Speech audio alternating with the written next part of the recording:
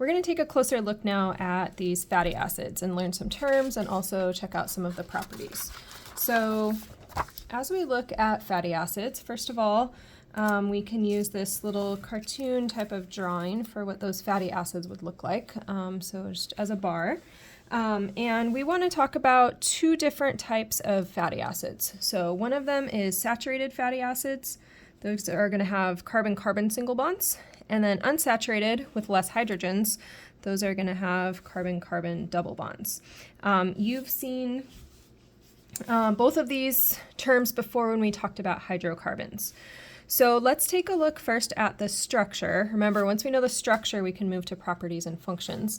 So let's talk about the structure of this saturated fatty acid. So like all fatty acids, we have the carboxylic acid, and we would talk about this as the polar head of the fatty acid.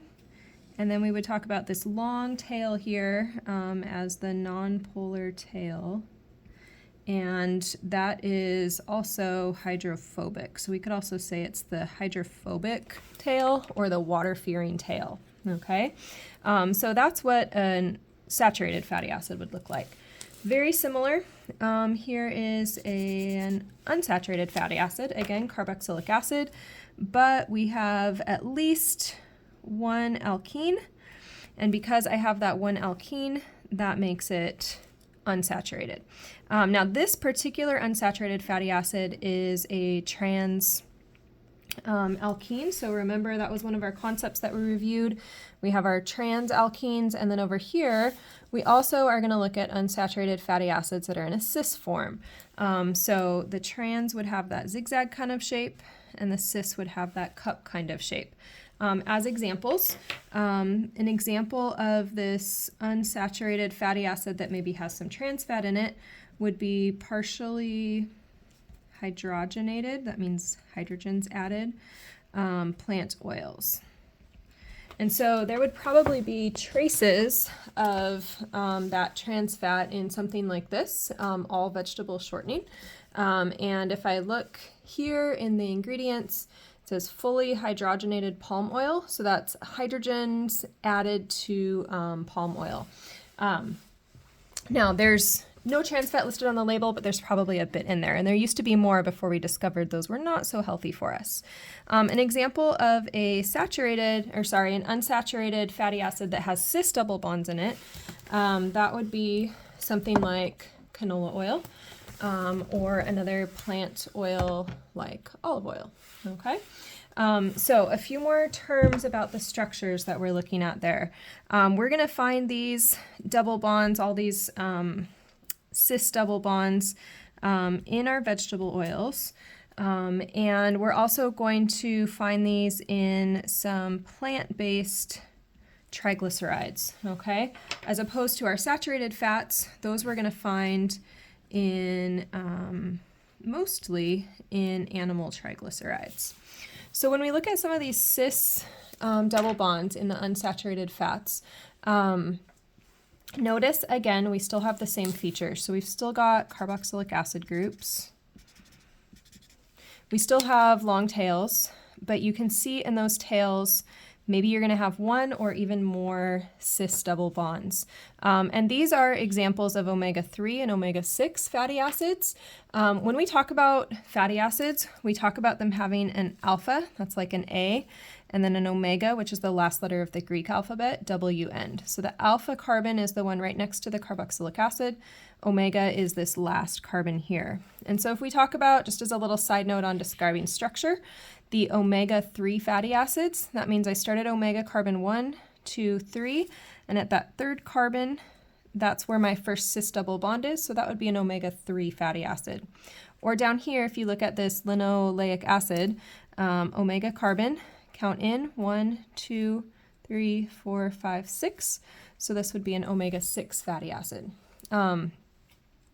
So you can see those look kind of straight, but in reality, they would have a significant bend more like this. And so as we're thinking about structures, we're thinking about our fatty acids, tend to be more like my little spaghetti noodles here, and then my Fatty acids over here tend to be more like these little macaronis. So moving on from those structures, let's talk about properties now. Okay, so all of these types of fatty acids are nonpolar. They do have those few oxygen bonds, but the vast majority of them is carbons and hydrogens. So they're nonpolar and therefore not water soluble. A second feature is that they hold lots of energy in them. So hold lots of energy in those carbon-carbon and carbon-hydrogen bonds. So you can see just, right, a dozen carbon-carbon bonds and lots of carbon-hydrogen bonds. The melting points are going to vary. Remember, melting point is one of our properties, and so we can think about that a little bit in a moment, okay? At the same time, or before we do that, we want to talk about the function of these fatty acids. So if you remember, those fatty acids can be used to build triglycerides and also to build phospholipids. And so one of the things we use these for is to build other acyl lipids. Remember, acyl was that word if we had esters in them. So we can build those up, or we can have our triglycerides break down to a fatty acid, and then the fatty acid can break down to give us energy. Sorry about the shadows over here. So those are basically the functions, either to build or to break and give us energy. Now, back to these properties, let's revisit our trans or our saturated. Those two go together. They're going to have similar structures because they're both going to have the zigzag, right? So you can see how a saturated tail of carbons and a trans tail look very similar, the zigzag, and then the cis looks different. So this takes us back to some of our properties from chapter 11 with our melting points varying. If we have a fatty acid that is saturated, or we have one of these unsaturated that also happens to be trans, then we have an alkane and an alkene, and both of those are going to be able to pack together really well. Like I can see my spaghetti noodles packing together really well, or these can just compress. When we have all those touch points, we're able to have a lot of intermolecular force attractions, okay? So what we're gonna see with that strong packing, so packed together well.